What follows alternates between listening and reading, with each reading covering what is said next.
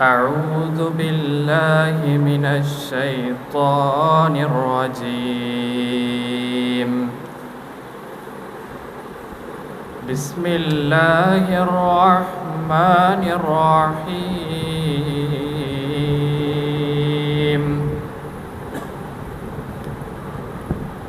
وإذا ما أنزلت سورة نظر بعضهم إلى بعض هل يراكم من أحد ثم انصرفوا صرف الله قلوبهم بأنهم قوم لا يفقهون. لقد جاءكم رسول من أنفسكم عزيز عليه ما عنتم حريص عليكم بالمؤمنين رؤوف رحيم. فإن تولوا فقل حسبي الله لا إله إلا هو عليه توكلت وهو رب العرش العظيم. صدق الله العظيم. السلام عليكم ورحمة الله وبركاته.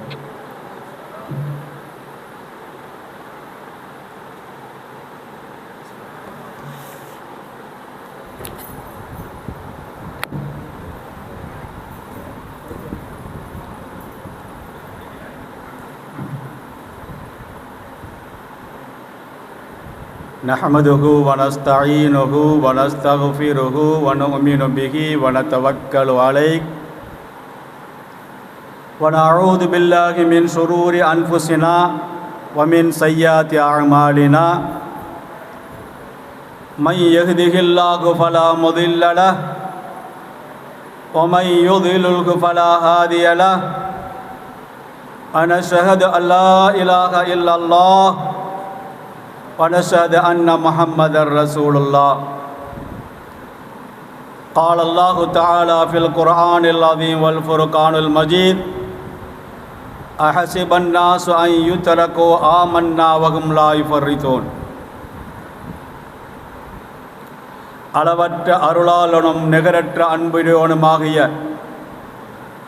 எல்லாம் வல்ல இறைவனின் திருநாமத்தை போற்றி புகழ்ந்து என் உரை துவக்கம் செய்வதற்கு முன் அகிலத்தாருக்கெல்லாம் அருள் கொடையாக வந்துதித்த அன்னலம் பெருமானார் ஸல்லல்லாஹு அலைஹி வஸல்லம் அன்னவர்களின் மீதும் அன்னவர்களின் அடிச்சுவடுகளை அணுவளவும் பெறலாமல் பின்பற்றி நடந்த உத்தம சத்திய சஹாபாக்கள் தாபீன்கள் தபா தாபீன்கள் மீதும் இந்த அவையிலே அல்லாஹுடைய பொருத்தத்தை நாடி முன்பாகவே அமர்ந்திருக்கும் பெரியோர்களான உங்கள் அனைவர்களின் மீதும் பக்கத்தில் அமர்ந்திருக்கும் தாய்மார்கள் மீதும் ஆங்காங்கே வீடுகளிலிருந்து கேட்டுக்கொண்டிருக்கும் மற்றுமுள்ள அனைத்து மக்களின் மீதும் இறைவனுடைய சாந்தியும் சமாதானமும் தொடர்ந்து நிலைத்து நெருக்கட்டமாக என்ற வேண்டியவனாக என் உரையை துவக்கம் செய்கிறேன். அல்லாஹ்வின் நல்லடியார்களே, பெருமானார் ரசூலை கரீம் ஸல்லல்லாஹு அலைஹி வஸல்லம் அவர்கள் மீது கொண்டுள்ள அன்பின் காரணமாக அவர்கள் பிறந்த இந்த மாதத்திலே அவர்களை பற்றியுள்ள விஷயங்களை மீண்டும் மீண்டும் நம்முடைய உள்ளத்திலே பதிய வைக்க வேண்டும். அவர்களை பற்றி உண்டான அனைத்து விஷயங்களையும் தெரிந்து வைத்துக் கொள்வது ஒரு மோமினுக்கு முக்கியமான கடமை என்ற காரணத்தினால் அவர்களை நேசிப்பதும் அவர்களை சுவாசிப்பதும் அவர்கள் மீது கொண்டுள்ள அத்தனை செயல்பாட்டுகளையும் நம் வாழ்க்கையில் கொண்டு வர வேண்டும் என்பதற்காக வேண்டிதான் இதை போன்ற நாட்களை நாம் பயன்படுத்தி கொண்டிருக்கின்றோம். எனக்கு கொடுக்கப்பட்ட தலைப்பு, அத்தனை தொல்லைகளுக்கும் மத்தியில் எப்படி பெருமானார் தொடர்ச்சியாக பிரச்சாரங்களை மேற்கொண்டார்கள். ஒரு தொல்லை 2 தொல்லைகள் அல்ல, நிறைய தொல்லைகள் ஹஜ்ரத் அவர்கள் கூட குறிப்பிட்டார்கள். செங்கதிரும் வெண்மதியும் சேர்த்து கையில் தந்திடணும், சென்மதியும் வெண்மதியும் சேர்த்து கையில் தந்திடணும், என் கொள்கை விடமாட்டேன் என்றுரைத்த நாயகமே, நாயகமே, நாயகமே, நாயகமே, நபி நாயகமே. என்ன வேண்டும் கேளுங்கள் முகமதே. பொன் வேண்டுமா, பெண் வேண்டுமா, பொருள் வேண்டுமா, மாடா மாளிகைகள் வேண்டுமா, பதவி வேண்டுமா, அல்லது என்ன வேண்டும் உங்களுக்கு அலங்கரிக்க கேட்டார்கள். அதான் அப்பதான் ரசூலுல்லாஹ் சொன்னாங்க, இதெல்லாம் அழிந்து போகக்கூடிய விஷயங்கள். ஒரு கையில் சந்திரனையும் மறு கையில் சூரியனையும் எடுத்து என் கையில் கொடுத்தால் கூட நான் கொண்ட கொள்கையிலிருந்து பின்வாங்க மாட்டேன். எவ்வளவு மன உறுதி! அல்லாஹ்வின் அடியார்களே, என்ன செய்து விட்டார்கள்? யாருக்காவது தொல்லை கொடுத்தார்களா? எவர்கள் வீட்டாவது கொள்ளையடித்தார்களா? கொலை செய்தார்களா? அபகரித்தார்களா? அநியாயம் செய்தார்களா? அட்டூழியம் செய்தார்களா? எவருக்காவது கெடுதல்களை செய்தார்களா? யாராவது எந்த விதத்திலே பெருமானார் அவர்கள் மீது ஒரு விரல் நீட்டி இவர் இந்த தவறுகளை செய்தார் என்று சுட்டி காட்டத்தான் முடியுமா? ஒன்றுமே செய்யாத ஒரு நபருக்கு கொடுக்கப்பட்ட தண்டனை என்பது உச்சக்கட்ட தண்டனை. உலகத்தில் எவருக்கும் கொடுக்கப்படாத வேதனைகள். சஹாபாக்கள் கேட்டனர் ஒரு தடவை, யார் ரசூலல்லாஹ், உங்களுக்கு கொடுக்கப்பட்ட வேதனைகள் தொல்லைகள் எப்படி இருந்தன? இதற்கு முன்பு யாருக்கும் கொடுக்கப்பட்டிருக்கிறதா?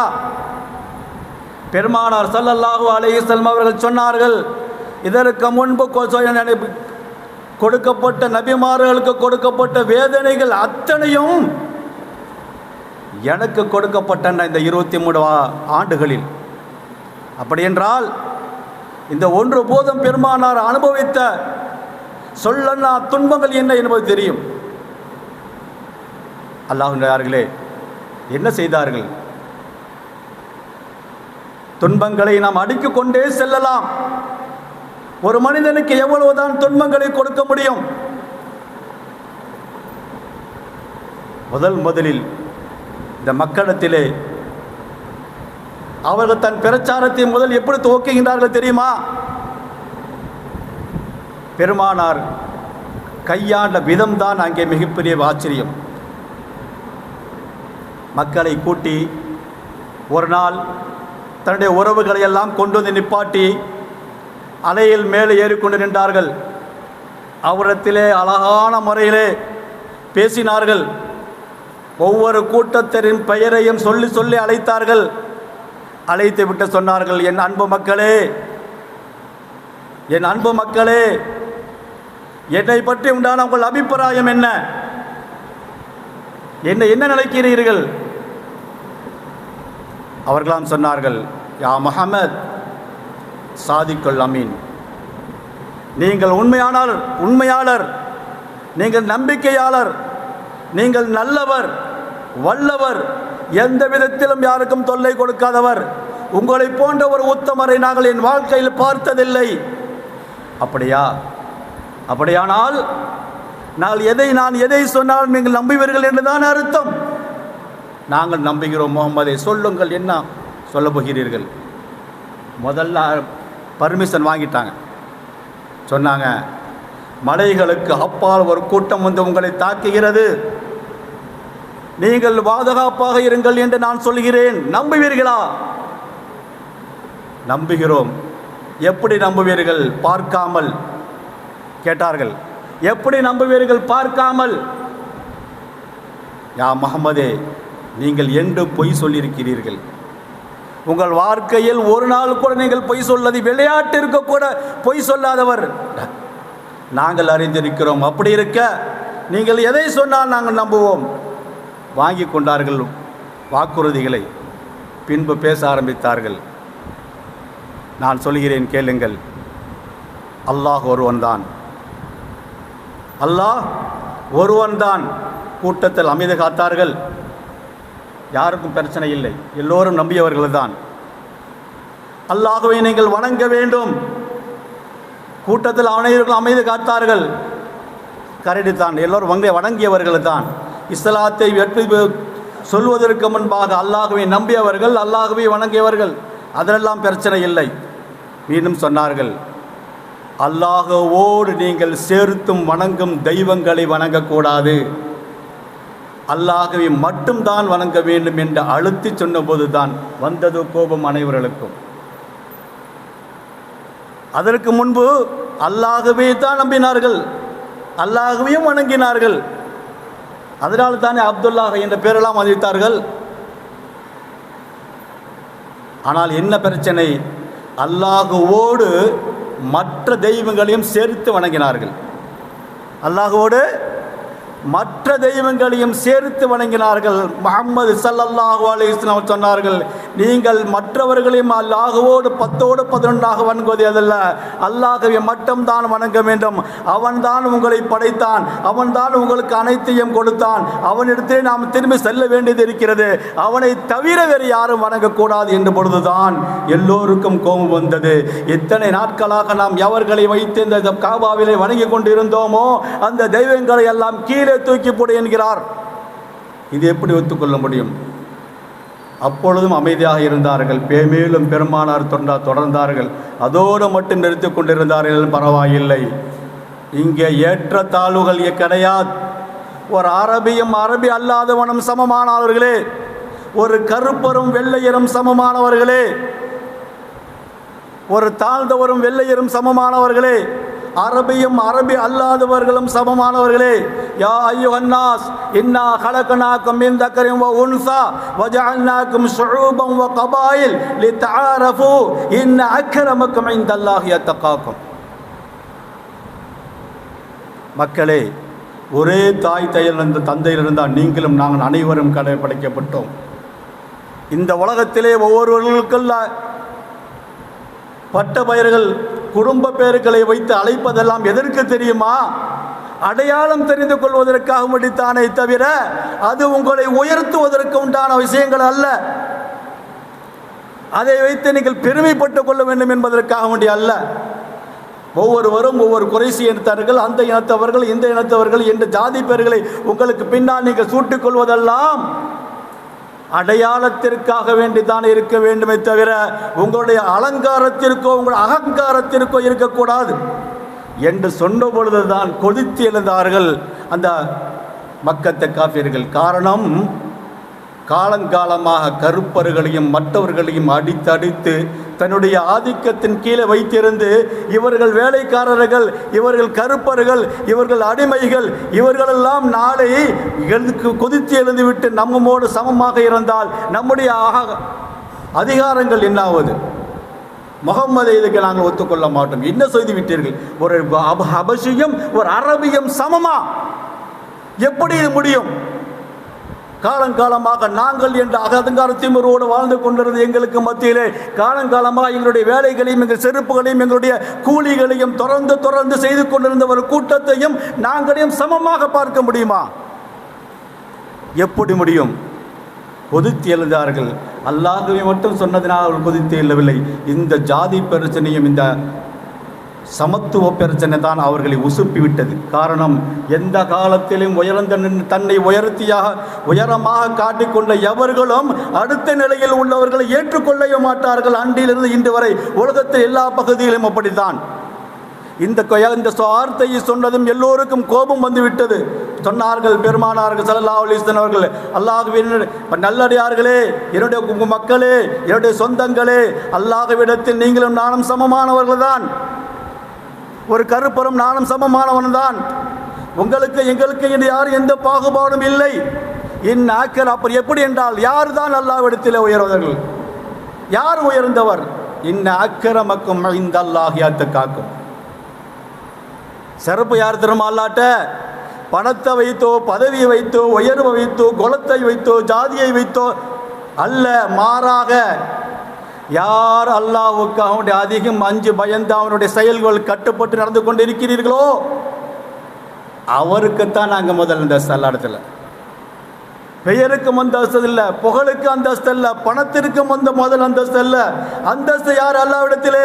யார் அல்லாஹ்வுடைய சொல்லுக்கு கட்டுப்பட்டு பயந்து நடந்து தன் வாழ்க்கையை அல்லாஹ்வுக்காக முற்றிலும் ஆக்கி கொண்டார்களோ அவர்தான் உயர்ந்தவரை தவிர அது அல்லாது எவரும் உயர்ந்தவர் அல்ல. மக்கள் கொதிச்சு எழுந்து போனார்கள். உடனே வெளியே வந்தார்கள்.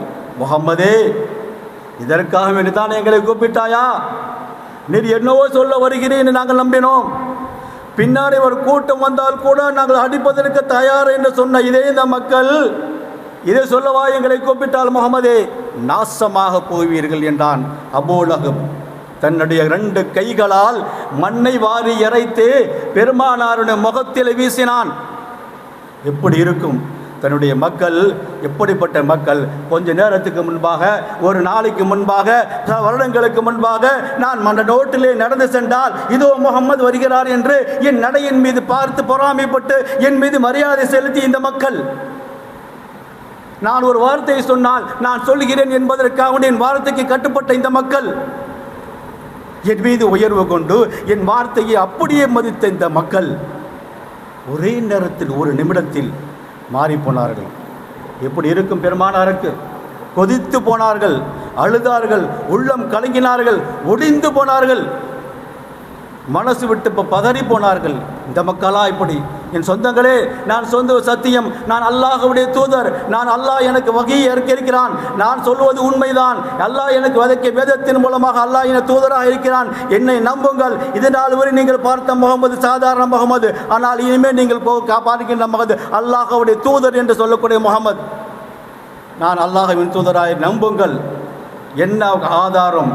அதற்கு தான் அல்லாஹ்வுடைய வேதம் என்று இந்த ஆயத்தை நான் கொண்டு வந்திருக்கிறேன் பாருங்கள். அத்தனை கொண்டு வந்த மத்தியிலும் அதில் சொன்னார்கள், முகமதே நீங்கள் பொய் சொல்கிறீர்கள் என்று முதலாக சொன்னார்கள். இதுக்கு முன்பாக சொன்னது நீங்கள் பொய் சொல்ல மாட்டீர்கள் என்று. இப்போ சொல்லுகின்ற அதே வார்த்தை, நீங்கள் முகமதே பொய் சொல்கிறீர்கள். இல்லை இல்லை, நான் அல்லாஹ்வுடைய வேதம் என்று சொல்ல காட்டி ஆயத்தை ஓதி காட்டிய பொழுது நீங்கள் சூனியம் செய்து தந்திரங்களை செய்கிறீர்கள், மாயாஜாலங்களை செய்கிறீர்கள் என்று எத்தனை வார்த்தைகளை சொல்லி அடக்க முடியுமோ அத்தனையும் செய்து சொல்லி காட்டினார்கள். ஒடிந்து போனார்கள் பெருமானார் ஸல்லல்லாஹு அலைஹி வஸல்லம் அவர்கள். ஐயோ, நம்முடைய சொந்தங்களெல்லாம் நாம் அங்கே ஒன்று சொந்த உடனே அப்படியே ஆரவரைத்து என் கொள்ளுகையில் அப்படியே ஏற்றுக்கொண்டு எனக்காக வேண்டி அப்படியே பூரிக்க வைப்பார்கள் என்று நம்பிய பெருமானாருக்கு முதல் அடி கிடைத்தது. நொறுங்கி போனார்கள், தன்னுடைய மனைவிடத்திலே போனார்கள், அழுதார்கள், அழுது கொண்டே இருந்தார்கள். என்ற ஹதிஜாவே பார்த்தீரா? ஹதிஜா ரதியல்லாஹு அன்ஹா அப்படியே கணவரை பார்த்து சொன்னார்கள், கணவரே பயப்படாதீர்கள், நீங்கள் சத்தியத்தில் இருக்கிறீர்கள், நீங்கள் சத்தியத்தில் இருக்கிறீர்கள், நான் நம்புகிறேன் உங்களை. அந்த வார்த்தை பெருமானாருக்கு பூஸ்ட் மாறிடுச்சு. நன்றாக விளங்கிக் கொள்ளுங்கள், உலகத்தில் யார் எந்தெந்த கொள்கையோ அல்லது வேறு விஷயங்களோ, உலக ஆதாரங்களோ, உலக வியாபாரமோ எதுவாக இருந்தாலும் தன்னுடைய வீட்டில் மனைவி ஒத்துழைப்பு இருந்தால் மட்டும்தான் அது உயர்ந்து அது சக்சஸ் ஆகுமே தவிர மனைவியுடைய குடும்பத்தினர்கள் ஒத்துழைப்பு இல்லை என்றால் யாரும் வெற்றி பெற முடியாது. இதே இந்த நபிமார்கள் எல்லாம், சில நபிமார்கள் வெற்றி பெற்றார்கள், சில நபிமார்கள் 11 வருடம் தன்னுடைய பிரச்சாரத்தை மேற்கொண்டு தோத்து போனார்கள் என்று சொன்னால் அவருடைய மனைவிகள் அங்கே ஒத்துழைத்தார்கள், வெற்றி பெற்றார்கள். எவருடைய மனைவிகள் எல்லாம் ஒத்துழைக்கவில்லையோ தோத்து போனார்கள். ஆனால் அன்னை ஹதீஜா ரலியல்லாஹு அன்ஹா தன் கணவரத்திலே சொன்னார்கள், கணவரே கவலைப்படாதீர்கள், நீங்கள் உண்மையில் தான் இருக்கிறீர்கள், நான் நம்புகிறேன். இவங்களை அப்படியே பூரிச்சு போச்சு. எந்த நல்லா பாருங்கள், நம்ம அதே இந்த இடத்துல நம்முடைய மனைவிகளாக இருக்கும் பட்சத்தில் நான் ஒரு விஷயத்தை ஒரு கொள்கையையோ அல்லது வேறு ஏதோ ஒரு விஷயத்தில் முதலில் நான் செய்து காட்டி அதில் பாதிப்பு ஏற்படுமானால் நம்மிடத்தில் முதல் எதிர்ப்பு காட்டுவது நம்முடைய மனைவியாகத்தான் இருக்கும். உங்களுக்கு தேவையா? போனோமா வந்தோமா எல்லோரும் இருக்கிற மாதிரி இருந்தோமா வந்து உட்கார்ந்தோமான்னு இருக்காம முந்திரி கொடுத்த உங்களுக்கு மட்டும் என்ன அப்படி? முதல்ல எதிர்ப்பு எங்கே இருக்கும்? மனைவிட்டு தான் இருக்கும். உதாரணமாக ஒரு பள்ளிவாசலுக்கு ஒன்று ஒரு நல்ல நோக்கத்தில் ஒரு தலைமை ஏற்று நடப்போம்னு வச்சுங்க. தலைமை ஏற்று நல்லா சரி நம்ம என்ன பண்ணுவோம், ஒரு நல்ல ஒரு மக்களுக்காக நல்லது செய்வோம். பிரச்சனைகள் துவங்கும். முதல்ல நம்ம மனைவி என்ன சொல்லுவாங்க, அப்போவே நான் சொன்னேன்ல இந்த வேலைக்கு பதவிக்கெல்லாம் போகாதீங்க, இது உங்களுக்கு தேவையா, எல்லோரும் எப்படி உட்காந்தவங்க கேட்டுட்டு வாங்கன்னு சொன்னல அப்படின்னு முதல் எதிர்ப்பு தெரிவிக்கிறது நம்ம மனைவியாக தான் இருக்கும். ஏன்னு கேட்டால் பிரச்சனை இல்லாமல் வாழணும். ஆனால் ஒவ்வொரு பிரச்சனைகளை இந்த உலகத்தில் சந்திக்கும் ஒவ்வொரு பிரச்சனைகளுக்கும் கஷ்டங்களுக்கும் கிடைக்கிற கூலி இருக்கு அல்லாஹ்விடத்தில் மிக உயர்ந்தது. பெருமானார் சொன்னாங்க, முள்ளு குத்துனா கூட அல்லாஹ் சும்மா விடுறது இல்லைங்க. ஒரு மனிதனுக்கு ஒரு மூமினுக்கு ஒரு முள்ளு குத்துதுன்னு வச்சுங்க, இயல்பு சாதாரணமானது. ஒரு தலைவலி வருது, இயல்பு சாதாரணமானது. ஒரு தலைவலிக்கும் ஒரு முள்ளு குத்துதலுக்கும் ஒரு காய்ச்சலுக்கும் கூட இயல்பாக நடக்கக்கூடிய ஒரு செயலுக்கு கூட அல்லாஹ் மன்னிப்பையும் அல்லாஹ் உயர்வான அந்தஸ்தையும் கொடுக்கிறேன் என்று சொன்னால், இந்த மார்க்கத்திற்காக எத்தனை கஷ்டங்களையோ பிரச்சனையோ ஒரு மனிதன் தாங்கினால் என்றால் அவனுக்கு எவ்வளவு ஒரு உயர்வுகளை கொடுப்பான். சும்மா வாக்கடிக்கும் அஹசிபன்னா சங்கித்தருக்கும் ஆமன்னா சும்மா நாங்கள் ஈமான் கொண்டு விட்டோம் என்று சொன்னால் மட்டும் உங்களுக்கு அப்படியே கிடைச்சிருமா என்ன? சும்மா கிடச்சிடுமா? சொர்க்கம் என்பது ஈமான எப்படிப்பட்ட விஷயங்கள். சாதாரண ஒரு உதாரணமாக ஒரு வீடு கட்டணும்னா நீங்கள் 30 வருஷம் வெளிநாட்டில் உழைச்சா தான் ஒரு வீடு கட்ட முடியுதுன்னு சொன்னால், அதே கூட ஒரு 30 வருஷம் வாழ்க்கை 60 வருஷம், அந்த 60 வருஷம் வாழ்க்கை அல்லாஹ்வுக்கான வாழ்ச்சா தானே மறு உலகத்தில் சொர்க்கம் கிடைக்கும். சொர்க்கம் வேணும், அல்லாஹ் எனக்கு சொர்க்கத்தை கொடு, சொர்க்கத்தை கொடு, சொர்க்கத்தை கொடு. சொர்க்கத்துக்கு நம்ம என்ன செஞ்சோம்? எதையாவது செஞ்சுருப்போமா? ஒன்றுமே செய்யலை. அல்லாஹ் நம்மளுக்கு முன்னால் இருந்தவர்கள் அத்தனையும் செய்துவிட்டு சென்று விட்டார்கள். செஞ்சுட்டு போனதை தூசி தட்டி நம்ம ஒழுங்காக கடைபிடிச்சிட்டு இருந்தாவே நம்ம சொர்க்கத்துக்கு போயிடுவோம். சஹாபாக்களை போன்று நம்ம போர் எடுத்து வாள் எடுத்து சண்டையிட்டு இப்போ நம்ம புறமுதுகு காட்டி ஓடாமல் அல்லாஹ்வுக்காவுடைய சண்டையிடுகின்ற நிலைமையில் நாம் இல்லை. அல்லாஹ் நம்மை பாதுகாத்து வைத்திருக்கிறான். இஸ்லாம் நம் ஊடை நோக்கி வந்திருக்கிறது, நம் பரம்பரையிலே வந்திருக்கிறது, நம் ரத்தத்திலே வந்திருக்கிறது, நம்முடைய தாய் தகப்பனுடைய வழியாக வந்திருக்கிறது. ஈஸியாக ஈமானை பெற்றுக்கொண்ட மக்கள் நாம் தான். சென்று பாருங்கள், எத்தனை இடத்தில் ஒரு ஈமானை ஏற்றுக்கொண்டார்கள் என்பதற்காண்டி கொடியவர்கள் கடும் துன்பத்தை கொடுத்தார்கள். நம்முடைய சஹாபாக்கள் எத்தனை பேர்கள் ரசூலே கரீம் ஸல்லல்லாஹு அலைஹி வஸல்லம் அவர்கள் சொன்ன அந்த முதல்ல அந்த வார்த்தை சொன்னபோது கஷ்டத்தை கொடுத்தாங்க. பின்பு ரசூல்லா எல்லாத்தையும் செஞ்சாங்க. என்ன செய்கிறது, நம்மளுக்கு மண்ணை வாரி தூத்திட்டு போகிறான, வேறு வழியை துவங்கினார்கள். சரி, முதல்ல எல்லாத்துக்கும் ஒரு விருந்து வைப்போம், அப்படியே விருந்து வைப்போம், விருந்து வச்சு எல்லாத்தையும் கூப்பிடுவோம். நம்ம சும்மா சொன்னதுனால தான் நம்மள என்னட்டாங்க. இதெல்லாம் ஒரு அழகிய முறைகள். இப்போ ஒரு விலை கூட்டு ஜபரி ஜமாத்தில் கூப்பிட்டு வச்சு நம்மளுக்கு அழகாமல் கூப்பிட்டு எல்லாரும் கூப்பிட்டு ஒரு விருது வச்சு எதுக்கு செய்கிறாங்க அப்படின்னா, மனதை முதல் குளிர வைத்து ஒரு மனிதனின் சாந்தப்படுத்தி அவனுக்கு வெளியில் இருக்க மிருகங்களை தூக்கி எறிந்து விட்டு அவனை குளிர்ச்சியாக ஆக்கி அதற்கு பிறகு ஒரு நன்மை விஷயத்தை சொல்லும் பொழுது அவன் ஏற்றுக்கொள்வான் என்ற ஒரு அழகிய முன்மாதிரி ரசூலே கரீம் ஸல்லல்லாஹு அலைஹி வஸல்லம் சொல்லிக் கொடுத்தவர் தான். என்ன பண்ணாங்க, அடுத்த ரூட்டை மாற்றினாங்க. எல்லா எல்லா மக்களையும் கூப்பிட்டாங்க, எல்லாத்தையும் வர வச்சு விருந்து போட்டாங்க. தான் சொந்த செலவில் எல்லோரும் சாப்பிட்டார்கள், வாழ்த்தினார்கள். முஹம்மது அவர்களே சூப்பராக இருந்துச்சு, கறி நல்லா இருந்துச்சு, நல்லா பொரிச்சு இருந்துச்சு, அப்படி இருந்துச்சு, இப்படி இருந்துச்சு சொல்லும் போது உட்காந்து எல்லாம் சாப்பிட்டு முடிச்சுட்டு போகும்போது கொஞ்ச நேரம் இருங்கள். மீண்டும் ஆரம்பித்தார்கள், நான் அல்லாஹ்வுடைய தூதராக இருக்கிறேன், அல்லாஹ் ஒருவன் மட்டும்தான், அவனை மட்டும்தான் வணங்க வேண்டும், அவனை தவிர வேறு யாரும் வணங்கக்கூடாது. நாம் இது நாள் வரையும் வணங்கி கொண்டிருந்த தெய்வங்கள் எல்லாம் அது தெய்வங்கள் அல்ல, எல்லாம் அல்லாஹ்வால் படைக்கப்பட்ட படைப்புகள். நாளை நாங்களும் யாரெல்லாம் தப்பு செய்கிறார்களோ நம்மோடு சேர்ந்த இந்த எவர்களை தெய்வங்களாக வணங்கி கொண்டிருக்கின்றார்களோ அவைகளும் சேர்ந்த நரக நெருப்பாக மாறும் என்பது அல்லாஹ் எச்சரித்திருக்கிறான். அவைகளால் ஒன்றும் செய்ய முடியாது, ஒரு துரும்பை கூட நகர்த்த முடியாது, அவைகள் மீது உள்ள தன்னுடைய அழுக்குகளை அகற்ற முடியாத ஒரு பலகீனமான ஒன்றை நீங்கள் தெய்வம் என்று வணங்கி கொண்டிருக்கிறார்களா? சற்று யோசித்து பாருங்களேன்.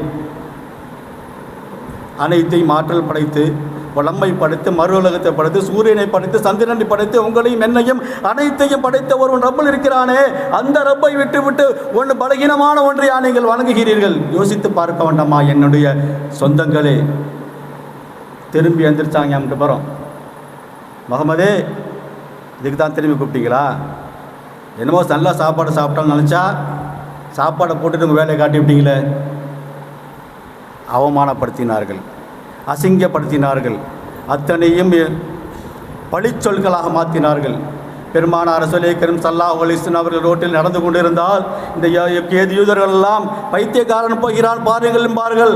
எந்த நாவு இவர்களை புகழ்ந்து பேசியதோ அதே நாவு நம்மளை பார்த்து பைத்தியக்காரன் தெரியுமா, முகமது நேற்று வரையும் நல்லா தான் இருந்தார், இன்றைக்கி முகமதுக்கு பைத்தியம் பிடிச்சிருச்சு, வளர்றாரு, கிறுக்குந்தமாக பேசுகிறாரு, அவர் முன்ன மாதிரிலாம் இல்லை, அவர் ஏதோ முத்தி போச்சு என்ற வார்த்தைகள் எல்லாம் பெருமானாரின் காதுகளுக்கு விழும் பொழுது அவருடைய உள்ளம் எப்படி இருந்திருக்கும்? சகித்தார்கள், பொறுமை கண்டார்கள், மீண்டும் உண்டார்கள், ரூட்டை மாற்றினார்கள். இப்படி இருந்தாலும் சரியராது. நான் தனியாக எல்லோரும் சேர்ந்திருந்தால் பயங்கரமாக பேசுவார்கள்.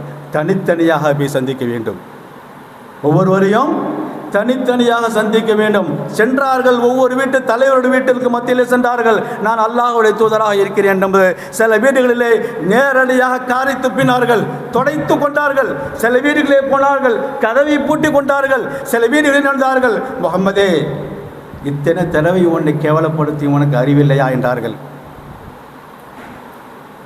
மீண்டும் மீண்டுமா நல்ல அறிவுள்ள மனிதர் என்று உன்னை நாம் நினைத்தோம், கேவலப்பட்டு போய் நிற்கிறீர்களே, உங்களை நாம் முஹம்மது என்று எப்படி அழகாக வலிக்கும்போது இப்படியெல்லாம் தேவையில்லாமல் பேசிக்கொண்டிருக்கிறார்கள். சிலருக்கு சமாதானமாக ஊரில் குழப்பத்தை வந்திருக்கிறேன், உங்கள் மீது நன்மதிப்பை வைத்திருக்கிறேன், உங்களுடன் பேச விரும்பவில்லை என்று அப்படி ஒதுக்கி கொண்டார்கள்.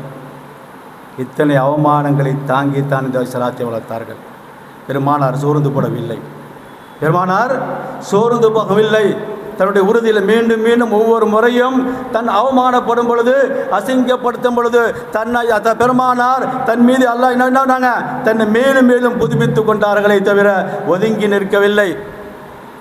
ஏனெனில் அல்லாஹ் சொன்னான், நபியே உங்களுக்கு முன்னிருந்த ஒவ்வொரு நபிமார்களும் இதே போன்ற கஷ்டங்களையும் துன்பங்களையும் அனுபவிக்காமல் சாதாரணமாக நாங்கள் இஸ்லாத்தை ஏற்றுக்கொண்டு விட்டார்கள் என்று நினைத்தீர்களா? அல்லாஹ் பாடம் எடுத்தான் குர்ஆன் ஷரீஃபின் மூலமாக. நீங்கள் நினைத்தீர்களா? எவர்களும் என்ன நடந்தது தெரியுமா?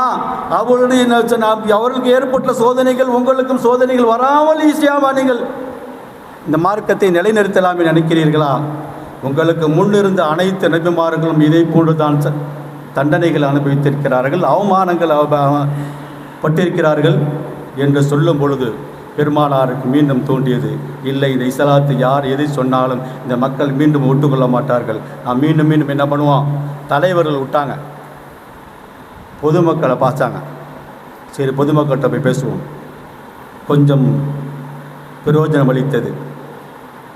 ஏழைகளை தேடினார்கள், அடிமைகளை தேடினார்கள், எல்லோருத்திலும் போய் சொன்னார்கள்.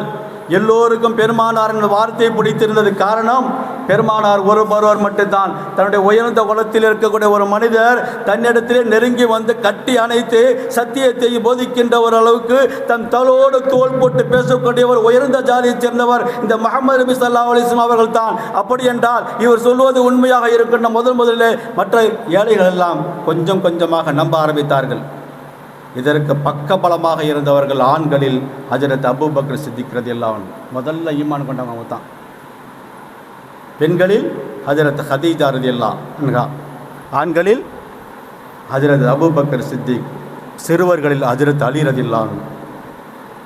மற்றவர்களெல்லாம் ஒவ்வொருவாறாக பெருமானாரின் ஒவ்வொரு பிரச்சனைகளுக்கு பின்பு கொஞ்சம் கொஞ்சமாக தான் காணார்கள். அவ்வளவு சீக்கிரம் எவரும் இஸ்லாத்துக்கு வரவில்லை. இந்த மக்கள் நாளுக்கு நாள் கேலி பண்ண ஆரம்பித்தார்கள், கஷ்டத்துக்கு சொல்ல வந்தார்கள். பெருமானார்களை ஏதாவது ஒரு வழியிலே அவர்கள் சிக்க வைக்க வேண்டும் நினைத்தார்கள். ஒவ்வொரு விதமான முறையில் அவர்களுக்கு தண்டனைகள் கொடுக்க ஆரம்பித்தார்கள். விளைவுகள் போய்கொண்டே இருந்தன. இப்படியாக பெருமானார் ஒவ்வொருவருக்கும் வீடுகளுக்கு யாருக்கும் போகக்கூடாது என்றார்கள். கடைசி உச்சமாக ஒரு கட்டத்தில் பெருமானாருக்கு எவ்வளவு சோதனை கொடுத்தார்கள் தெரியுமா? அதை பற்றி பெருமானார் ரசூலே கரீம் ஸல்லல்லாஹு அலைஹி வஸல்லம் அவர்களே ஒரு முறை சொல்லி காட்டினார்கள்.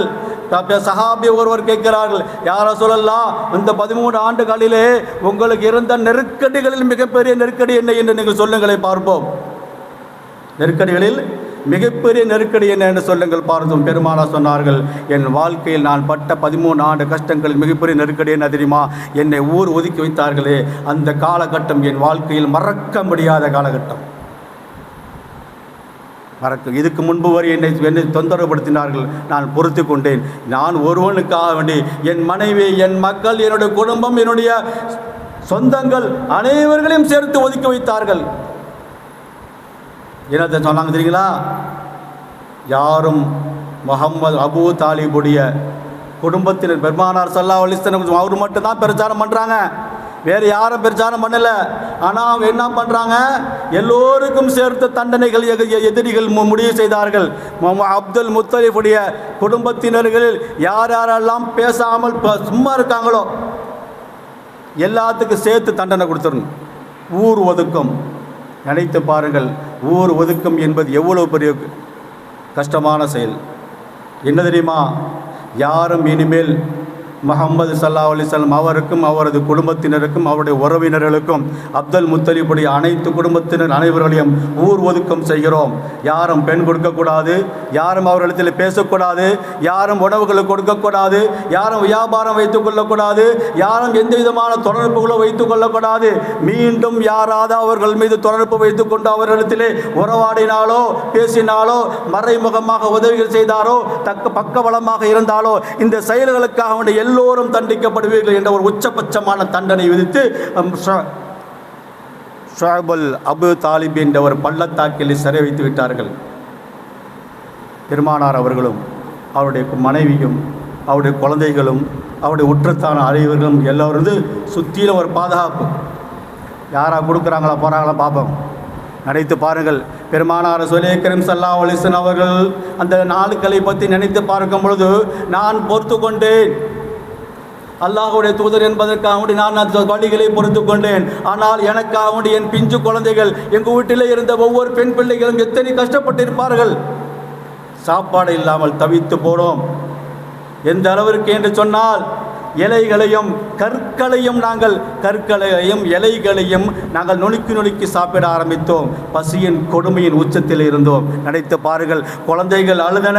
அந்த குழந்தைகளுக்கு பால் கொடுக்க யாரும் பால் கொடுக்கக்கூடாது என்று சொன்னதால் குழந்தைகள் அழுது மடிந்து போன நாட்கள் நிறைய. ஒரு சஹாபி தன்னுடைய அந்த நேரத்தில் அங்கு இருந்த நிலைமையை பற்றி சொல்லும் ஒரு வார்த்தையை நமக்கு போதுமானது. அவர் ஒரு நாள் சிறுநீர் கழிக்க செல்கிறார். ஹிஷாம் இப்னு அம்ர் சிறுநீர் கழிக்க செல்கிறார். நைட்டு நேரத்தில் சிறுநீர் கழித்துட்டு வரும் பொழுது அந்த சிறுநீர் ஏதோ ஒரு பொருள் மீது படுவதாக தெரிகிறது. என்ன பொருள்னு தெரியல. திரும்பி வந்து கால் நேரத்தில் ஒடுக்கு போச்ச இடத்துல போய் பார்க்குறாங்க, ஒரு மிருகத்தினுடைய தோல். இவர்களுக்கு மகிழ்ச்சி, பசியாக பட்டினியாக சாப்பாடே இல்லாமல் வயிறு ஒட்டி நிலையிலே ஏதாவது கிடைக்குமா, யாராவது கொடுக்க மாட்டார்களா என்று அல்லாஹ்வுடைய உதவி எதிர்பார்த்து பசியும் பட்டினமாக இருப்பவர்களுக்கு தன்னுடைய சிறுநீர் பட்ட ஒரு தோல் அவருக்கு அங்கே முக்கியமாகப்படுகிறது. எடுக்கிறார்கள், கழுகுகிறார்கள். கழுகிய பின்பு பார்த்தார்கள், அது எப்படியே சுரண்டி விட்டு அதனுடைய அழுக்குகளாம் போக்கிவிட்டு தான் சிறுநீர் கழித்த அந்த ஒரு தோல் எத்தனை நாள் கடந்ததோ, அது யாருடையதோ, அது நல்ல ஹலாலா ஹராமா என்று பார்ப்பதற்கு கூட அங்கே முடியாது பலகீனமான நிலை.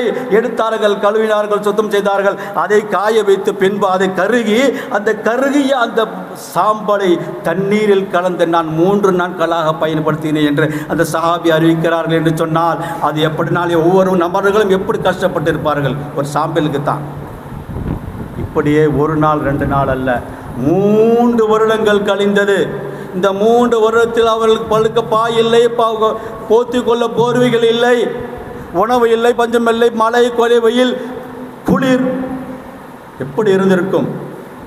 அத்தனையும் செய்து கொண்டார்கள். எல்லோரும் மடிந்து போன. யாரை சொல்லலாம், எவ்வளோ நாளைக்கு தான் நாங்கள் இந்த நிலைமையில் இருப்போம். பெருமானார் சொன்னார்கள், பொறுமையாக இருங்கள், ஒவ்வொரு கஷ்டத்திற்கு பின்பும் ஒரு நன்மை இருக்கிறது, ஒவ்வொரு கஷ்டத்திற்கு பின்பும் ஒரு விடிவு காலம் இருக்கிறது. அல்லாஹ் நம்முடைய ஈமானை பரிசோதிப்பதற்காக அவனை தான் இந்த கஷ்டங்களை கொடுக்கின்றான். கஷ்டமில்லாமல் எந்த ஒரு வெற்றியும் பெற முடியாது. நாம் கொண்ட கொள்கைகள் அப்படி. நீங்கள் பொறுமையாக இருக்கிற அல்லாஹ்வின் தூதர் என நீங்கள் நம்பினால் என்னை போல் நீங்கள் கஷ்டத்தை அனுபவிக்க தயாராக இருந்தால் என்னுடன் இருங்கள். தயாராக இருந்தார்கள். எப்படி கடைசியில் 3 வருஷத்துக்கு பிறகு அல்லாஹ் ஒரு விடிவு காலத்தை கொண்டாக்கினான். அவர்களில் சில நல்லவர்களும் இருப்பார்களே, அந்த மக்காவாசிகள் 3 வருஷத்திற்கு பின்பு மனம் இறங்கினார்கள். சிலர்கள், எல்லோரும் அல்ல, அவர்களிடத்தில் மனம் இறங்கியது. ஏன் அவர்களை ஒரு குடி ஊர் ஒதுக்கம் செய்ய வேண்டும்? என்ன காரணம் செய்தார்கள்? என்ன தப்பு செய்தார்கள்? எதற்காக வேண்டி அவர்கள் ஊர் ஒடுக்கம்? நம்மளை எடுத்த பருவலை கொள்ளையடித்தாரா? வெளியில் சென்ற நம்ம பெண் மக்கள் ஏதாவது தப்பான செயல்கள் செய்தார்களா? நம்முடைய விவசாயத்தில் ஏதாவது குறைவு பண்ணினார்களா? நம்முடைய பொருள்களை அபகரித்தார்களா? ஒன்றும் இல்லாமல் இருக்கும் ஒரு மக்களை இப்படி அநியாயமாக வாட்டி வதைப்பது எந்த விதத்தில் நியாயம் என்று ஒரு 5 பேர் கொண்ட குழு திடீரென்று, அவர்கள் முஸ்லீம்கள் அல்ல, இஸ்லாத்திற்கும் வரவில்லை, ஆனாலும் மனசாட்சி என்பது உறுத்தியது. அல்லாஹ் ஒரு விடுவு காலம் பிறக்க வைக்க வேண்டும் அல்லவா? அந்த சமயத்தில் கேட்டார்கள். எல்லோரும் ஒன்று செய்து கொண்ட மக்கள் இருக்கிறார்கள்.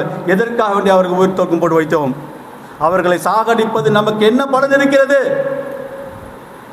கொஞ்சம் யோசித்து பாருங்கள் என்று சொல்லி, இனிமேல் இந்த ஊர்கூட்டம் நிறுத்தப்படும், இந்த தடைகள் உடைக்கப்படும். என்ன பண்ணாங்கன்னா, ஒரு அந்த ஊரில் வழக்கம் எப்படின்னா, ஏதாவது ஒரு செயலை செஞ்சாக்கா அதை எழுத்தில் எழுதி காபத்துல்லாவில் தொங்க போடுறது. காபத்துல்லாவில் தொங்க போடுறது. தொங்க போட்ட பிறகு அதுதான் அது ஊர் நம்ம பள்ளிவாசலில் ஒரு விஷயங்களை தொங்க போடுற மாதிரி தொங்க போடுறது. அதை வச்சு ஊர்க்காரங்க தெரிஞ்சுக்குவாங்க. இப்படி காபத்துல்லாவில் தொங்க போட்டிருந்தார்கள். அதுக்கு போய் எடுக்கிறவன் போனால் பிஸ்மில்லாஹி அல்லாஹும்ம என்ற அந்த ஒரு வார்த்தையை தவிர அத்தனையும் அழிஞ்சு போயிருந்துச்சான். அத்தனையும் அழிந்து போயிருந்தது. வரலாற்றாசிரியர்கள் வேறு விதத்தில் அதை குறிப்பிடுகிறார்கள். ஹஜ்ரத் ரசூல் ஸல்லல்லாஹு அலைஹி வஸல்லம் அவர்கள் ஊர்கோட்டம் போட்ட பின்பு ஒரு நாள் அபூ தாலிப் அவர்களை சந்தித்து, என் அருமை தந்தையே, நீங்கள் எழுதி தொங்கவிட்ட அந்த ஒப்பந்தம் கடிதம் இருக்கிறது, அது கரையானால் அரிக்கப்பட்டு விட்டது என்று சொல்கிறாங்க. அப்போ அபூ தாலிப் சொன்னாங்களாம், இது யார் உங்களுக்கு சொன்னால்? நீங்கள் வரவே இல்லையே, எப்படி தெரியும்? அல்லாஹ் எனக்கு வகையாக அறிவித்தான். அப்போ திரும்பி அபூ தாலிப் சொல்கிறாங்க, இது மட்டும் உண்மையாக இருக்கும் பட்சத்தில் நான் உங்கள் அனைவர்களையும் என்ன சொல்கிறேன், விடுதலை செய்வதற்கு இது ஒன்று வைத்து நான் என்ன பண்ணுவேன், நான் போராடுவேன். இப்போ அபூ தாலிப் சொல்கிறாங்க, மக்களை திரும்பி கூட்டினாங்க. மக்களை கூட்டி வச்சு என்ன பண்ணாங்க, இந்த மாதிரி நம்ம எழுதி தொங்க விட்டோமே, அந்த தொங்க விட்ட அந்த எழுதப்பட்ட தோளால் எழுதப்பட்ட அந்த ஒப்பந்த படிவம் அடைந்த அந்த படிவம் எல்லா எழுத்துக்களும் கரையானால் அழிக்கப்பட்டிருக்கிறது என்று நம்மிடத்திலே வராமலே முகம்மது சொல்கிறார். ஒரு கால் அது உண்மையாக இருக்குமானால் அவர் எல்லாம் விழுது அந்த ஊர்கோட்டத்தை நீக்கிக்குங்களா? ஒரு கால் பொய்யா இருந்துச்சுன்னு வச்சுங்க, முகம்மது அவர்களை நானே பிடித்து உங்களிடத்தில் ஒப்படைக்கிறேன், கொலை செய்து விடுங்கள் என்று சொல்கிறார். அதுக்கு பிறகு மக்கள் போகிறாங்க, பார்க்குறாங்க. பார்த்தா பிஸ்மில்லாஹி அல்லாஹுங்கிற அந்த பார்க்க அவங்களுக்கு முன்னாடியே எந்த ஒப்பந்தம் எழுதினாலும் எந்த கடிதம் எழுதினாலும் பிஸ்மில்லாஹி அல்லாஹுமேன்னு எழுதுகிற பழக்கம் அவங்கள்ட்ட முன்னாடி இருந்துச்சு. அந்த ஒரு வார்த்தையை தவிர என்னென்ன ஒப்பந்தத்தில் எழுதினாங்களோ, இவர் வரக்கூடாது, எது பேசக்கூடாது, நிக்காஹ் பண்ணக்கூடாது, அது செய்யக்கூடாது, இது செய்யக்கூடாதுன்னு அந்த ஒப்பந்தத்தில் எழுதப்பட்ட அத்தனை வார்த்தைகளும் கரையானால் அழிக்கப்பட்டு இருந்ததாகவும், அதற்கு பிறகு அபூ தாலிப் அவர்கள் மக்களிடத்தில் பேசி, நான் இப்போதாவது முகமது சொல்லுகின்ற வார்த்தையை உண்மையில் நம்புகிறீர்களா? அப்படிப்பட்டவருக்கு ஏப்பா இப்படி தண்டனை கொடுக்குறீங்க? நீங்கள் சொன்ன மாதிரி, நான் சொன்ன மாதிரி அவர் நீங்கள் பார்த்தீங்க, உண்மையாக இருந்துச்சு, பாரு அப்படி அழிஞ்சு போயிருக்கு அப்படின்னா நீங்கள் என்ன சொன்னீங்க? ஊர்கோட்டத்தை தடுக்கப்பட்ட அந்த விஷயத்தை வாபஸ் வாங்கி கொள்கிறீர்களா? வாபஸ் வாங்கி கொள்ளுங்கள் என்று சொன்ன பிறகு அதற்கு பிறகு மீண்டும் அவர்கள் ஊர் உள்ளே அனுமதிக்கப்பட்டதாக வரலாற்றிலே குறிப்பிடுவதை பார்க்கிறோம். அதற்கு பின் சும்மா இருந்தார்களா? அவர்களுக்கு நம்ம இருந்தது. பெருமானாரை பலவிதத்திலே தொல்லைகள் கொடுத்தார்கள். ஒரு தடவை அபூஜஹல் அவர் தன் வீட்டுக்கு அவர் பெருமானாரை வர வைக்கின்ற சமயத்திலே பெருமானாருக்காண்டு தன் வீட்டிற்கு முன்பாக வரும் பொழுது ஒரு குழியை நோண்டி அந்த குழியிலே பள்ளத்தாக்கை ஏற்படுத்தி மேலே மணலால் மூடி பெருமானார் உள்ளே நுழையும் பொழுது அந்த பள்ளத்திலே விழுந்த பின்பு அவரை பிடித்து கொண்டு நம்ம என்ன ஒப்படைக்கலாம், நம்ம எல்லாம் அவரை எதை வேண்டாலும் அடித்துக் கொள்ளலாம் என்ற திட்டங்கள் போட்டு ஒரு நாள் தன் வீட்டிற்கு முன்பாக ஒரு பெரும் பள்ளத்தை தோண்டுகிறான். மேலே மண்ணை போட்டு கீழே பள்ளம், மேலே மண்ணை போட்டு மூடியாச்சு. முகமதே விருதுக்கு வாருங்களேன். முகமது ஸல்லல்லாஹு அலைஹி வஸல்லம் அவர்கள் போனால் கிட்ட போயிட்டாங்க. ஒரு அடிதான் ஸ்டெப்பு. அந்த குழியில் காலை வைக்கிறதுக்கு ஜிப்ரீல் அலைஹிஸ்ஸலாம் வந்தாங்களாம். யாரை சொல்லலாம், போகாதீங்க, நீங்கள் போனீங்கன்னா பள்ளத்தில் விழுந்துருவீங்க, அவங்களை பிடிக்கலான்னு திட்டம் போட்டிருக்காங்க. ரசூலுல்லாஹ் வச்ச காலை அப்படி பின் வாங்கிட்டாங்க, அப்படியே போயிட்டாங்க. கிட்ட எதிர்பார்த்துட்டு இருந்தால் எப்படா கீழே விழுவான்னு எதிர்பார்த்துருந்தா அந்த அபூஜஹலுக்கு, ஐயோ முகமதே வாங்க கூப்பிடு. இவன் அறியாமல் தான் போட்டிருந்த பள்ளத்தில் தானே விழுந்து கடைசியில் இழிவான நிலையில் அடைந்தான் என்பது வரலாறு. இப்படி எத்தனை விதமான துன்பங்களை கொடுத்த போது ரசூல் ஸல்லல்லாஹு அலைஹி வஸல்லம் அவர்கள் அல்லாஹ்வுக்காக வேண்டி பொறுத்து கொண்டார்கள். அத்தனையும் அல்லாஹ்வுக்காக வேண்டி பொறுத்து கொண்டார்கள். காரணம், அல்லாஹ்விடத்திலே ஒரு மகத்தான கூலி இருக்கிறது. நிதானம், பொறுமை, விடாமுயற்சி, இத்தனையும் இருந்தால் ஒரு காலத்தில் வெற்றி பெறலாம் என்பதற்கு பெருமானாருடைய செயல்பாடுகள். கொஞ்ச நஞ்ச துன்பங்கள் அல்ல, கடைசியில் பெருமானாரை கொலை செய்ய வேண்டும் முடிவெடுத்து விட்டார்கள். இதற்கு மேல் வைத்திருக்கக்கூடாது. இவர்கள் அதனுடைய மார்க்கத்தை அழிக்க வேண்டுமென்றால் அதற்கு தலையாக இருக்கக்கூடிய பெருமானாரை அழித்து விட்டால் எல்லோரும் முடிந்துவிடும். முடிவே எடுத்துட்டாங்க, ஒழிக்கிறதான்ட்டு. அப்போ தான் அல்லாஹ் தஆலா முகமது அவர்களே, நீங்கள் இனிமேல் இந்த ஊருக்கு இருக்காதீங்க, நீங்கள் மதீனாவுக்கு போயிருங்க. அவர்கள் உங்களை கொலை செய்ய திட்டமிட்டு அத்தனை முயற்சிகளும் மேற்கொண்டு விட்டார்கள். 13 வருஷத்துக்கு நம்ம நிறையா இருக்குங்க, ஒன்று சொல்கிறது டைம் முடிஞ்சு போயிடும். அவ்வளவு கஷ்டம். அத்தனை பெருமானார் சகித்து கொண்டார்கள். உலகத்திலே கஷ்டம் இல்லாமல் இன்ன மஅல் உஸ்ரி யுஸ்ரா, கஷ்டத்திற்கு பின்புதான் லேஸ் இருக்கிறது, அல்லாஹ் எல்லாத்தையும் ஒரு முறை சொல்லுவான், இது 2 முறை சொல்லி காட்டுறான்.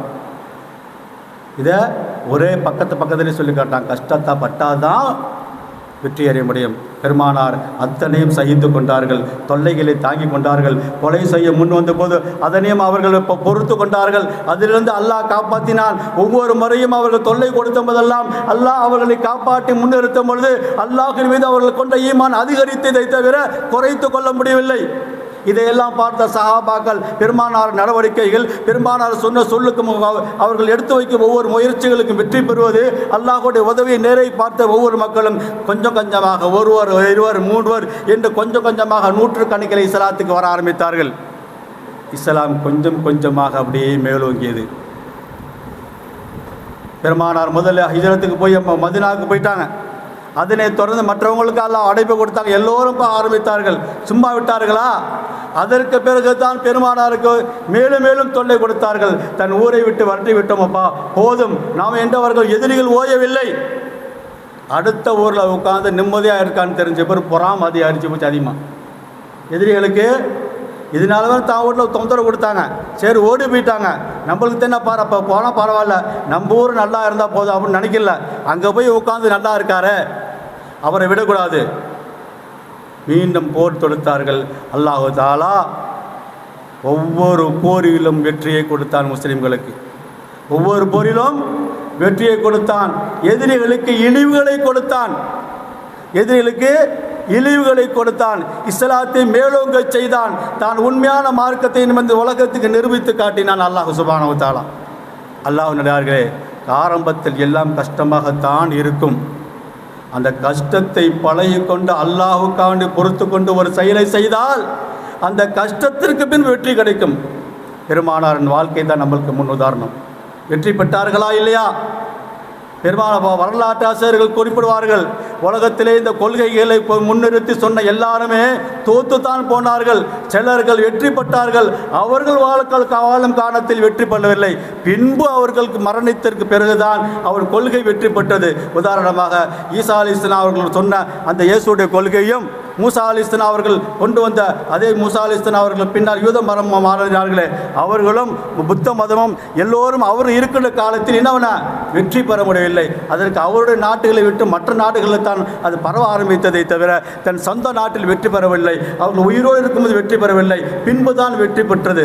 ஆனால் பெருமானார் ஸல்லல்லாஹு அலைஹி வஸல்லம் அவர்கள் 63 ஆண்டுகளில் இந்த 23 ஆண்டுகளும் பிரச்சாரம் செய்து தான் இருக்கும் காலத்திலேயே ஒரு இஸ்லாமிய அரசை நிறுவிவிட்டு தன் கொள்கையில் வெற்றி பெற செய்துவிட்டு தான் அவர்கள் மரணித்து போனார்கள்.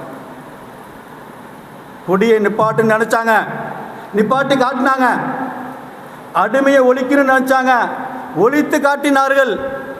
சமத்துவத்தை நிலைநாட்டு சொன்னாங்க, செய்து காட்டினார்கள். எல்லாம் பேசுவான், முடியுதா? யாரெல்லாம் ஆட்சிக்கு வர்றாங்களோ மதுவை ஒழிக்கணும்னு சொல்கிறாங்க, முடியுதா? முடியுதாங்க? முடியறதில்லை. எல்லோரும் சமத்துவமாக இருக்கிற மேடையில் பேசுகிறாங்க, யாரா சமத்துவத்தை கொண்டு வர முடியுதா? அடிமையை ஒழிக்கணும்னு எல்லாம் பேசுனாங்க, முடிஞ்சதா? ரசூலே கரீம் ஸல்லல்லாஹு அலைஹி வஸல்லம் அவர்கள் எதை சொன்னார்களோ 100% தன் வாழ்க்கையில் இணைத்து காட்டினார்கள் தான். அதனால தான் அவர்கள் வெற்றி பெற முடிந்தது தன் வாழ்க்கையில். அதனால்தான் அவர் பார்த்தார்கள் மக்கள், பெருமானார் ஒரு சொன்னால் அதை செய்வார். சொன்னதையும் செய்வார்கள், சொல்லாததையும் பெருமானார் செய்வார்கள். அதான் அவர்கள் வெற்றி பெற முடிந்தது. அதே போன்று யாரெல்லாம் தன்னுடைய கொள்கையில் உறுதியாக இருந்து தன் செயல்கள் உறுதியாக இருந்து நாமும் நம்ம செய்து காட்டினால் நாமும் வெற்றி பெறுவோம். பெரும் பெரும் கஷ்டங்களுக்கு நம்மளுக்கு அல்ல, சிறிய சிறிய கஷ்டங்கள் தான். சஹாபாக்கள் போட்டு கொண்டதை போட்டு பெரும் கஷ்டங்களை நாம் அல்லாஹ் கொடுக்கவில்லை, அல்லாஹ் லேசாக்கி விட்டான். அல்லையும் அக்கமல் தொலைக்கும் பெருமானார் காலத்திலே அல்லாஹ் மார்க்கத்தை பூர்த்தியாக்கி விட்டான். நமக்காக எத்தனை துன்பங்கள் இருக்கிறதோ அத்தனை துன்பங்களையும் முன்பே அனுபவித்து விட்டார்கள். நமக்கு பூ போல கிடைச்சி செய்யுமாயன். அதனால் அதில் பொக்கிஷம் நம்மளுக்கு தெரியல. எதுவுமே ஈஸியாக கிடைச்சா என்ன பண்ண அதன் மகத்துவம் தெரியாது. கஷ்டப்பட்டு பெற்றுக்கொண்டால்தான். சில வீடுகளிலே பெற்றோர்கள் பணக்காரர்களாக இருப்பார்கள், தன் பிள்ளைகளுக்கு அவர்கள் அவ்வளோ ஈஸியாக சொத்தை எழுதி கொடுக்க மாட்டாங்க. சம்பாரிச்சு பழகணும், அப்போ தான் அவனுக்கு பணத்தின் அருமை தெரியும். யாருக்கெல்லாம் ஈஸியாக எடுத்து கொடுக்குறாங்களோ அந்த ஊதாரியர்களாக அந்த பிள்ளைகள் மாறுவார்கள். அதை உணர்ந்த பெற்றோர்கள் சொல்வார்கள், நீ ஒவ்வொரு செயலுக்கும் முன்பாக இந்த பணத்தை பெறுவதற்கு முன்பாக நீ உழைத்து பணத்தை பெறு, அப்பொழுது பார்த்து பணத்தில் அந்த மகிமை உனக்கு தெரியும். அதே போன்று இஸ்லாம் நமக்கு ஈஸியாக கிடைச்சிட்டதுனால மகிமை தெரியாமல் இருக்கும். இதே கஷ்டப்பட்டு கிடைச்சிருந்துச்சுன்னா நாம் அதோடைய ரொம்ப முக்கியத்துவமாக பார்ப்போம். இஸ்லாத்திற்கு வரக்கூடியவர்கள் இஸ்லாத்தை எப்படி பின்பற்றுகிறார்கள், நாம் எப்படி இஸ்லாத்தை பின்பற்றுகிறோம் ஒப்பிட்டு பார்த்தாலே தெரியும். அவங்க நம்மளை விட உறுதியாக இருப்பாங்க, அமல்களில் உறுதியாக இருப்பாங்க, செயல்பாட்டில் உறுதியாக இருப்பாங்க, நம்பிக்கையில் உறுதியாக இருப்பாங்க, ஒவ்வொரு தவறும் செய்யக்கூடாதுன்னு நினச்சிட்டு பார்ப்பாங்க. ஆனால் நாம் நம்மளுக்கு எல்லாமே ஈஸியாக கிடைச்சதுனால எதை பற்றியும் நம்ம பெருசாக எடுத்துக்கிறது இல்லை. எல்லா தவறுகளையும் நாம் செய்வோம். அவர்களுக்கு கஷ்டப்பட்டு இஸ்லாத்திற்கு வந்ததனால் அதை பொக்கிஷமாக பாதுகாக்கிறார்கள். கஷ்டமே இல்லாமல் இஸ்லாத்தை நம்ம கிடைச்சதுனால எல்லா தவறுகளையும் செஞ்சுக்கிட்டு ஈஸியாக நம்ம சொர்க்கத்தை போக நினைக்கிறாங்க. அவ்வளோ ஈஸியானதல்ல மார்க்கத்தில் சொர்க்கத்திற்கு போகுது என்பது. அல்லாஹ்வினார்களே, இருக்கிற ஈமானை பாதுகாக்க வேண்டாலும், போர் தொடுக்காவிட்டாலும், சண்டைக்கு போகவிட்டாலும், குறைஞ்சபட்சம் அல்லாஹ் கொடுத்த அந்த ஈமானை வளர்க்குறதுக்கு ஒரு தொழுகை போன்ற இபாதத்தாவது நம்ம சரியாக செஞ்சோன்னு சொன்னால், அவனை நினைத்து பார்த்தோம் என்று சொன்னால், அவனுடைய செயல்பாடுகளை கொஞ்சமேனும் மதித்து நடந்தால் நாம் வெற்றி பெற வாய்ப்பு இருக்கு. நம்ம சண்டைக்கு போவானா, நம்ம பெரும் பெரும் கஷ்டங்கள்லாம் எடுக்க வேணாம். குறைஞ்சபட்சம் அல்லாஹ் சொன்ன கட்டளைகளில் ஈஸியாக இருக்கக்கூடிய இந்த வணக்க வழிபாடுகள் அப்படின்னா கஷ்டம். தொழுவது இந்த கஷ்டமா, திக்ர் செய்கிறது கஷ்டமா, நம்மளுக்கு கொடுக்குறதில்ல 100ல் ஒரு 2 ரூபா கொடுங்க சொல்கிறான், அது பெரிய கஷ்டமா? எது கஷ்டம்? எல்லாமே ஈஸி. அது ஈஸியாக இருக்கக்கூடிய ஒரு செயல்பாட்டில் கூட நாம் கவனம் செலுத்தவில்லை என்று சொன்னால், ஒன்றுமே செய்யாமல் சொர்க்கம் தான் எனக்கு வேணுண்டா எப்படிங்க கிடைக்கும்? அல்லாஹ்வினார்களே, நல்ல அமல்களை நாம் உறுதியாக கட்டுப்பிடிப்போம். ஈமானிலே உறுதியாக இருப்போம், அல்லாஹ்வின் மீது நம்பிக்கை வைப்போம், அவன் செயல்பாட்டிலே நம்பிக்கை வைப்போம். அதற்காக நம்முடைய அவனுடைய என்னென்ன சொன்னானோ அதை ஒழுங்காக செய்யணும்னு இந்த வாழ்க்கையில் உறுதி வைப்போம். அல்லாஹ் கபூல் செய்வானாக, அல்லாஹ் ஏற்றுக்கொள்வானாக, உங்களை புரிந்து கொள்வானாக, என்னையும் புரிந்து கொள்வானாக. நம்முடைய அமல்களை அல்லாஹ் சீராக்குவானாக. எந்த அமல்களை அல்லாஹ் நம்மளுக்கு கட்டளையாக சொன்னானோ அந்த அமல்களை எல்லாம் செய்வதற்கு அல்லாஹ் நம் உள்ளத்தில் எண்ணங்களை போடுவானாக. அதன் கஷ்டத்தை பொறுத்து கொள்ளக்கூடிய தன்மைகளை நமக்கு உண்டாக்கி தருவானாக. வாஹிர் தாவானா அனில் அல்ஹம்துலில்லாஹி ரப்பில் ஆலமீன். அஸ்ஸலாமு அலைக்கும் வரஹ்மத்துல்லாஹி வபரகாத்துஹு.